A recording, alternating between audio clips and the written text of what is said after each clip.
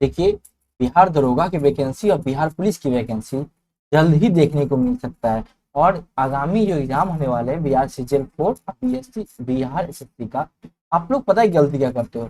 आप लोग करते क्या हो, जब फॉर्म भरते हो, जब नोटिफिकेशन आता है तब आप लोग तैयारी शुरू करते हो। इसका मतलब है आप मेरिट शुरू से ही अपने आप को बाहर कर लेते हो। लेकिन बात क्या है, जो सच में सिलेक्शन लेने वाले होते हैं वो आपको देखिएगा, वो तैयारी अपना शुरू कर देते हैं, पहले से ही अपने गुप्त रूप से तैयारी रखते हैं। अचानक मेरिट में वही लोग आके हमला बोलते हैं। आज याद रखिए, आप लोगों को पढ़ना है, चुपचाप लाइन बाय लाइन एनसीईआरटी पढ़ना है, क्योंकि आपका सिलेबस यही है।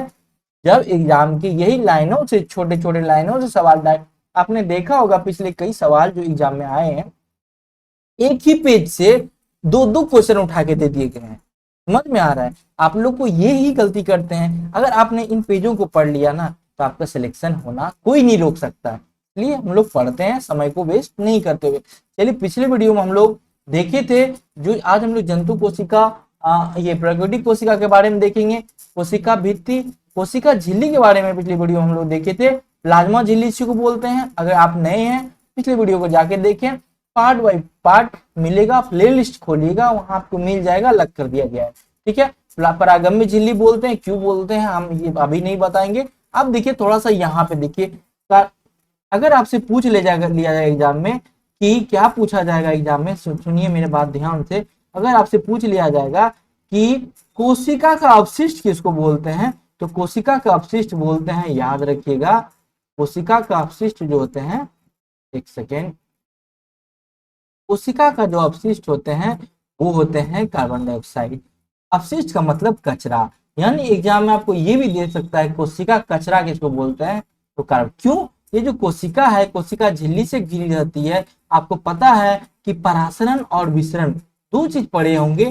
परासरण हमेशा जल में अणुओं की गति, यानी उच्च सांद्रता से निम्न सांद्रता की ओर गति करती है, और लेकिन विसरण में गैस और जल, आपको याद होगा पेड़ छोटी दूरी के लिए पौधे की जड़ों से पानी जल का अवशोषण विसरण द्वारा होता, आपने पढ़ा होगा। विसरण क्या होता है, मैंने बताया था कि दो भिन्न भिन्न पदार्थों का मिलना जिसके बीच में रिक्त स्थान रह जाता है, उसी को विसरण कहते हैं। इसीलिए विसरण के द्वारा पदार्थों का अवशोषण हो पाता है, क्योंकि इसके बीच रिक्त स्थान पाए जाते हैं।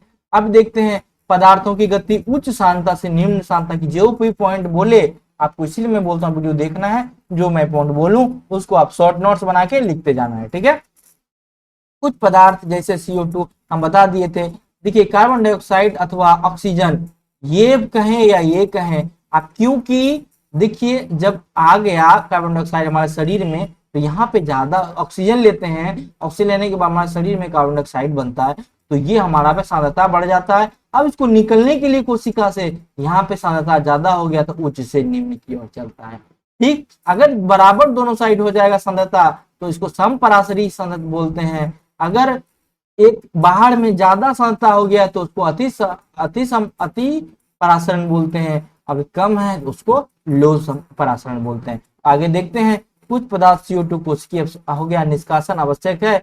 बाह्य पर्यावरण में कार्बन डाइऑक्साइड की सांद्रता कोशिका में स्थित CO2 की सांद्रता से कम होती है ना, क्योंकि हमारे ज्यादा ना बाहर में वायुमंडल में कौन सा गैस पाया जाता है, तो नाइट्रोजन ऑक्सीजन। कार्बन डाइऑक्साइड कम है, तो यहाँ पे कार्बन डाइऑक्साइड को कम ज्यादा हो गया, इसीलिए ये हमेशा उच्च से लो की ओर भागता है। इसीलिए बोलते हैं पर्यावरण से अलग करता है हमारी कोशिका को कौन, तो कोशिका झिल्ली। समझ में आ गया? तो ये चीज क्लियर हो गया। आप लोग इसको पढ़िए, लाइनों को समझना है।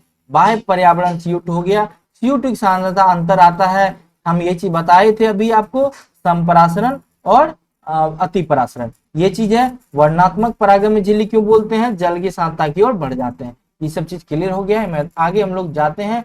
ये देखिए, कोशिका झिल्ली दोनों ओर, जल के अणु कोशिका झिल्ली के दोनों ओर आगमन करते हैं। किस वजह से? जल है तो विसरण और आपको परासरण दोनों देखने को मिलेंगे, लेकिन मुख्य रूप से परासरण याद रखिएगा।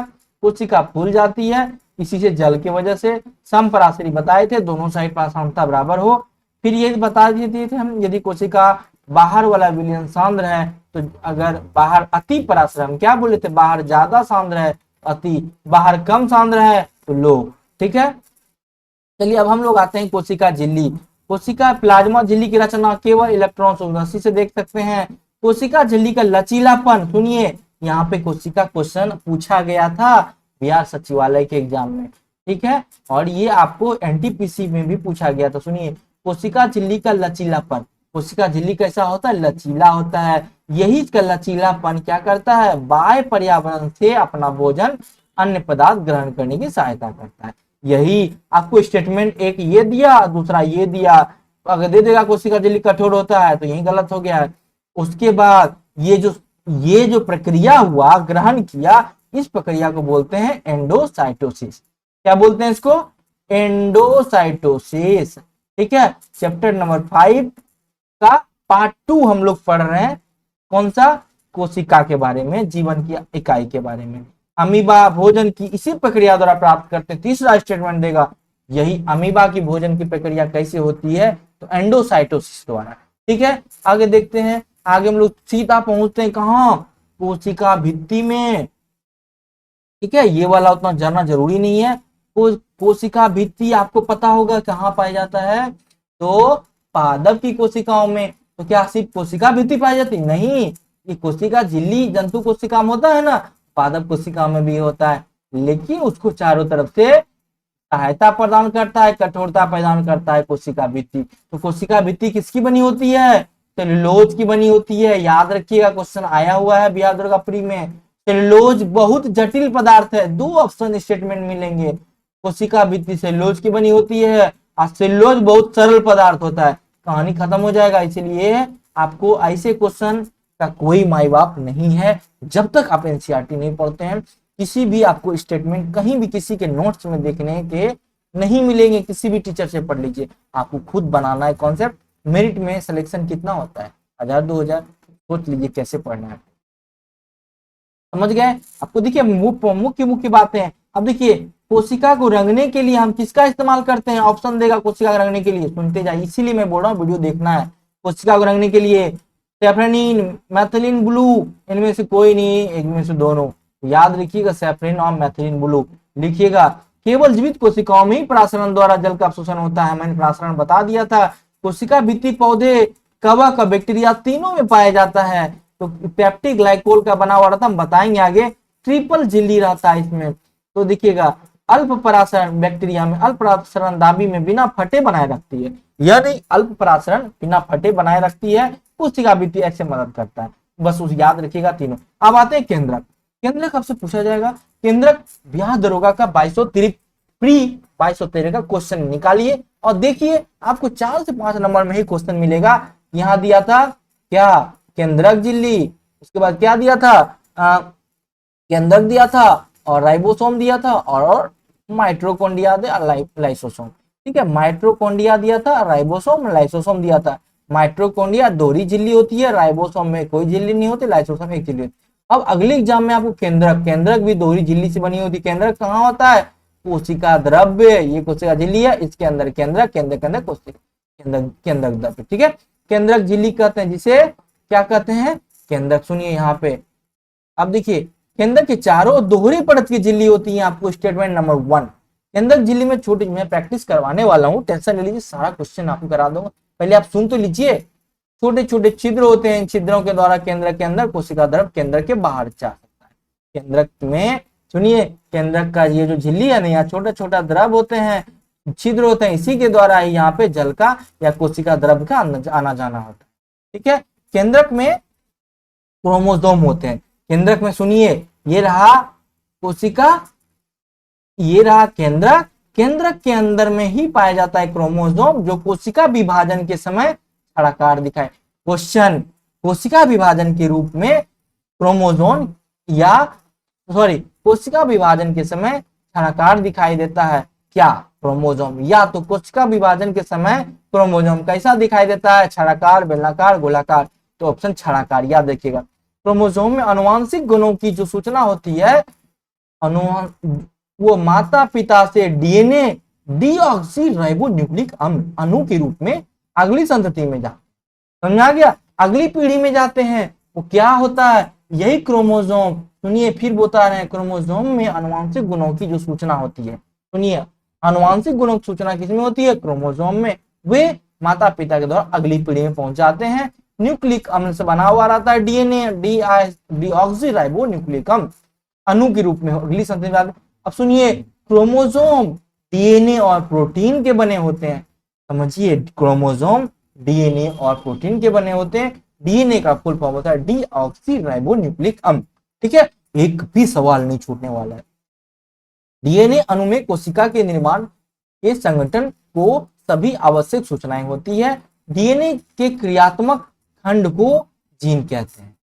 डीएनए के क्रियात्मक खंड को क्या कहते हैं? जीन कहते हैं। एक और सूचना, क्वेश्चन नंबर 1 यहां से, क्रोमोसोम कैसा होता है? छड़ाकार बेलनाकार। क्वेश्चन नंबर 2, क्रोमोसोम में आनुवंशिक गुणों की सूचना किसमें होती है? क्रोमोसोम में। उसके बाद डीएनए का फुल फॉर्म डीऑक्सीराइबो न्यूक्लिक अम्ल। डीएनए किसका बना, क्रोमोसोम किसका बना होता है? DNA protein. शॉर्ट नोट्स बनाना है एक ही जगह। उसके बाद डीएनए अणु में कोशिका के निर्माण व संगठन की सभी आवश्यक सूचनाएं होती है। सभी आवश्यक सूचनाएं किसमें होती है कोशिका निर्माण के लिए? डीएनए, ना कि क्रोमोसोम। याद रखिएगा, क्रोमोसोम क्या है? आनुवंशिक गुणों की सूचना। समझ में आ रहा है ना? डीएनए क्रियात्मक खंड को जीन कहते हैं। जो कोशिका विभाजन नहीं हो रही है उसे डीएनए क्रोमेटिन पदार्थ होते हैं। अब सुनिए, कोशिका विभाजन कहीं कहीं नहीं होता है, उसके अंदर जो केंद्रक के अंदर होता है क्रोमेटिन पदार्थ के रूप में बन जाते हैं। ठीक है, तो जो सुनिए, एक और क्वेश्चन सुनिए पहले। तो डीएनए का कोशिका विभाजन नहीं हो वो कैसा होता है? तो क्रोमेटिन। क्रोमेटिन क्या होता है? क्रोमेटिन पदार्थ धागे की तरह संरचनाओं की तरह पिंड होता है। देखिए, आप लोग को वीडियो देखना है तब जाके पीडीएफ पढ़ना है, अदरवाइज आपका वही स्थिति होगा जो बुक पढ़ने में होता है। बहुत समय लगेगा, आपको पढ़िए और खुद तब जाके अप्लाई करिए बुक पे। ठीक है, कभी भी कोशिका विभाजन नहीं होने वाली है, यह क्रोमोसोम संगठित हो जाती है। सुनिए, अब क्या हो गया? केंद्रकाय क्या होता है? ऐसे अस्पष्ट केंद्रक क्षेत्र में केवल क्रोमेटिन पदार्थ है, ऐसे क्षेत्र को केंद्रकाय कहते हैं।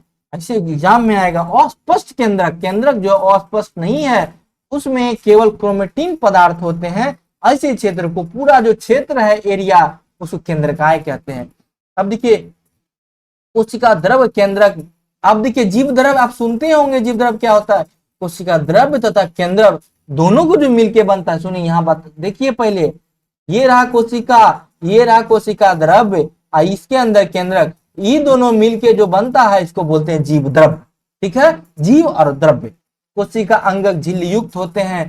सुनिए क्या बोल रहा है? कोशिका अंगक झिल्ली युक्त होते हैं। प्रोकैरियोटिक कोशिकाओं में वास्तविक केंद्रक के अतिरिक्त झिल्ली युक्त अंगक भी होते हैं। क्या बताए अभी आपको हम? अब आते हैं प्रोकैरियोटिक कोशिका अंगक। सभी कोशिका जो अंगक होते हैं झिल्ली युक्त होते हैं। प्रोकैरियोटिक कोशिकाओं में वास्तविक केंद्रक के अतिरिक्त झिल्ली युक्त अंगक नहीं होते। बस यही अंतर हो गया। क्या अंतर हो गया? फिर देखते हैं, ये हो गया प्रोकैरियोटिक, ये हो गया यूकैरियोटिक। प्रोकैरियोटिक के अंदर जो होता है, एक तो पहले क्लियर केंद्रक नहीं होता है, केंद्रक झिल्ली नहीं होता, सब मिला हुआ एक में ही रहता है, एक ही झिल्ली रहता है। स्पष्ट अगर कुछ रहता है तो केंद्रक रहता है, बाकी ऐसे ही घूमते रहता है। राइबोसोम दोनों में पाया जाता है, प्रोकैरियोटिक यूकैरियोटिक दोनों में। समझ में आ गया? यानी यूकैरियोटिक में सभी में स्पष्ट, सब में झिल्ली पाया जाता है राइबोसोम को छोड़ के। अब आते हैं डायरेक्ट यहाँ पे। अब क्या होता है? जबकि यूकैरियोटिक कोशिकाओं में केंद्रक झिल्ली तथा झिल्ली युक्त अंगक होते हैं। क्या आप सुनिए, कोशिका द्रव्य तथा केंद्रक मिला के जीव द्रव्य बना। कोशिका अंगक झिल्ली युक्त होते हैं। प्रोकैरियोटिक कोशिकाओं में वास्तविक केंद्रक के अतिरिक्त झिल्ली युक्त अंगक, क्या कह रहा है? केंद्रक का अतिरिक्त झिल्ली युक्त अंगक भी नहीं होते हैं। यानी केंद्रक में थोड़ा सा झिल्ली होते हैं, लेकिन डबल झिल्ली केंद्रक में पाया जाता है यूकैरियोटिक में। वायरस किसी भी प्रकार के झिल्ली नहीं पाई जाती, इसीलिए इसमें जीवन के गुण तब तक लक्षित नहीं होते हैं जब तक कि किसी सजीव के शरीर में नहीं प्रवेश करता, यानी कि कोशिका की मशीनरी का उपयोग कर अपना बहुगुणन नहीं कर लेता। याद रखिए, क्वेश्चन आएगा, कोशिका की मशीनरी का उपयोग कौन करता है? तो वायरस। वायरस में कोई झिल्ली नहीं होता है, इसमें जीवन के गुण तब तक नहीं आएगा जब तक कि सजीव में प्रवेश नहीं कर जाए। क्लियर? अब देखते हैं हम लोग, क्या देखेंगे हम लोग? अब देखिए प्रोकैरियोटिक। अब यहाँ पे थोड़ा सा देख लीजिए, यहाँ पे देख लीजिए, इस पार्ट में संश्लेषित बैक्टीरिया, प्रकाश संश्लेषित बैक्टीरिया के बारे में आपको पता होगा। में क्लोरोफिल झिल्लीदार पुटिका थैले की रचना के साथ होती है, ठीक है, जिसको बोलते हैं, आप ब्रोमास्टोमा के बारे में पढ़े होंगे। यूकेरियोटिक कोशिकाओं में क्लोरोफिल प्लास्टिड में होता है, याद रखिए यूकेरियोटिक कोशिका में जो होता है क्लोरोफिल प्लास्टिड के रूप में होता है। लेकिन प्रकाश संश्लेषी बैक्टीरिया जो प्रोकैरियोटिक होता है, आप पढ़े होंगे ना नीले हरे सवाल, प्रकाश संश्लेषी बैक्टीरिया ये जो होते हैं प्रोकैरियोटिक में होता है, प्रकाश संश्लेषण होता है, लेकिन इसमें थैली जैसी संरचना में पाया जाता है। लेकिन यूकेरियोटिक में डायरेक्ट प्लास्टिक हरित लवक पाया जाता है, हरित लवक प्रोकैरियोटिक में नहीं होकर यूकेरियोटिक में पाया जाता है। याद रखिएगा, ये सब चीज लिखना है। अब ये प्रोकैरियोटिक है, क्या क्या है, सभी कोशिकाएं है, राइबोसोम है, प्लाज्मा झिल्ली है, कोशिका भित्ति, सब कुछ है। याद रखिएगा, अगर पूछेगा इसमें से क्या प्रोकैरियोटिक कोशिका में नहीं है, क्वेश्चन बड़ी अजीब बनाता है यार, ऐसे ही बनाएगा आपको, तो क्या नहीं है क्वेश्चन में, क्या है पहले जानो। कोशिकाएं है, राइबोसोम दोनों में है, प्रोकैरियोटिक यूकेरियोटिक दोनों में है। उसके बाद प्लाज्मा झिल्ली पाया जाता है, कोशिका भित्ति पाया जाता है, इसके अलावा कुछ मिले तो मार देना नहीं। अब देखिए प्रोकैरियोटिक यूकेरियोटिक, प्रोकैरियोटिक का आकार 1 से 10 और यूकेरियोटिक का 5 से 100, क्लियर। उसके बाद क्रोमोसोम एक झिल्ली युक्त कोशिका होती है, क्रोमोसोम एक से अधिक, क्रोमोसोम एक झिल्ली युक्त कोशिका अंगक होती है। लेकिन सुनिए फिर से, क्रोमोसोम एक झिल्ली युक्त, ये जो काला काला निशान आ रहा है देखिए, तो शायद दिक्कत आ रहा है, कलर नहीं आ रहा है, ठीक है, आप लोग को देखना है। क्रोमोसोम एक झिल्ली युक्त अंगिका होते हैं और प्रोकैरियोटिक में, लेकिन यूकेरियोटिक में एक से अधिक झिल्ली होती है। केंद्रक क्षेत्र सुपस्थ चारों ओर केंद्रक झिल्ली से घिरा हुआ रहता है, लेकिन केंद्र के क्षेत्र देखिए खाली है, ठीक है। तो आगे हम लोग अगला वीडियो में फिर देखेंगे कोशिका द्रव्य के बारे में। फिलहाल यहाँ रहने देते हैं। अगर आप लोग नए हैं जाके पिछले वीडियो देखिए, सब्सक्राइब करिए और बेल आइकॉन पर क्लिक करके आपको सारा वीडियो मिले। अच्छी और मेहनत करते हैं आप लोग के लिए। थोड़ा सा आप लोग को क्या फेवर करना है, वीडियो को शेयर करना है, वैसे सभी भाई बहन के पास तो अभी भी तैयारी स्टार्ट किए, ठीक है, इतना तो आप लोग कर ही सकते हैं, ठीक है। जय हिंद, आप सभी को बेस्ट ऑफ लक।